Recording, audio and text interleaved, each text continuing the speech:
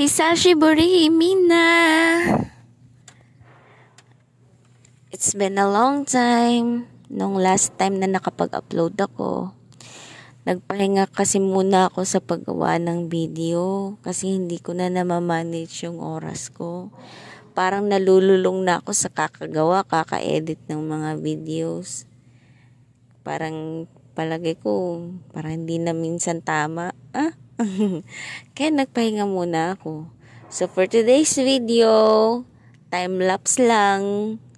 Unting linis ng aming unting bahay kubo. Let's go. So yun na nga. Nagpahinga muna ako sa paggawa. Kasi parang pakiramdam ko hindi na balance eh. Tama din naman yung sabi ng ibang vloggers na yung mga ganitong hindi dapat minamadali. Dapat ini-enjoy lang. Kasi lalo kang may stress. Lalo na pag di mo ma-achieve yung gusto mong mangyari. Pag parang kailangan mong minamadali ang lahat. Ganun. Hindi pala dapat. Dapat enjoy lang.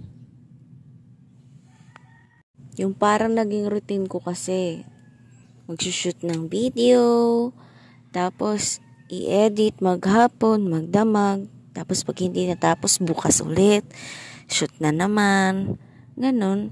Parang hindi na balance yung lahat. Hindi ko na napapansin yung mga bagay-bagay kung ano yung dapat. Parang ganun. So, yan, pahinga-pahinga muna. Dapat araw-araw na naglilinis kasi bukbukin yung namin kasi kahoy lang tsaka nabasa pa to nung audit, hindi pa napapalit-palitan. Dapat ganun yung ginagawa araw-araw maglilinis hindi na nakapaglinis kasi wala pang tulog, puyat, kaka-edit, ganun. Kaya dun sa mga kapwa ko pong nagaganito, sana po hindi po kayo maging katulad ko na nalululong, Diyos ko day. Wala nang ibang ginawa kundi mag-video, mag-edit, ganun. Kaya dapat balance lang. Hindi na din kasi healthy pag nauubos lang yung oras mo sa isa, 'di ba? Anyways, may iba tayo. Legit guys, na nakakasipag yun kapag nagvi-video ka habang gumagawa ng gawaing bahay.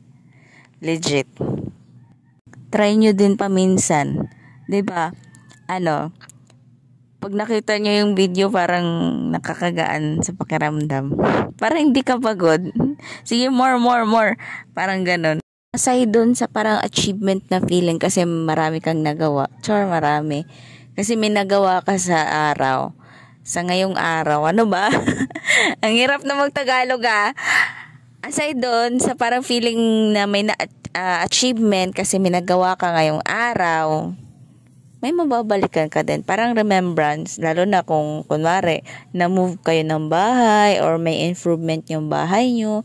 Parang pag magbabalik tanaw kayo, ay oo, ganito pala yun. Ganon. Tapos kung mapapansin nyo, nakailang parang na ako, diba? Parang Marikina. Maluwag pa, 5-5. Magiging reference mo din kasi yan in the future para makikita mo kung takbo ng buhay mo, ganun.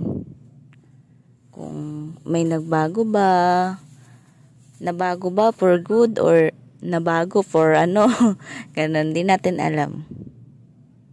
Yung marirealize mo na lang yung pagdating ng araw na pag binalikan mo yung mga videos or mga pictures nyo, para masasabi mo, ay oo, ang layo ko na pala. Or di kaya, ay kulang pa, parang kailangan ko pang dumoble. Ganon. Kailangan ko pang sipagan kasi hindi ko pa naaabot yung gusto kong abutin. Yung parang mga ganon na thought. Ayotot.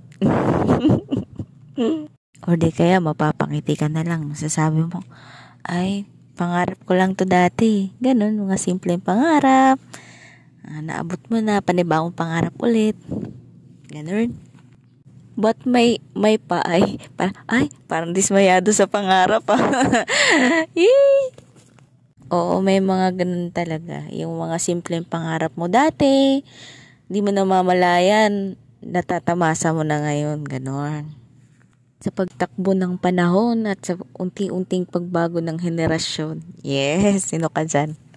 Kaya huwag tayong tumigil mangarap. Kasi yan na lang yung libre sa mundo.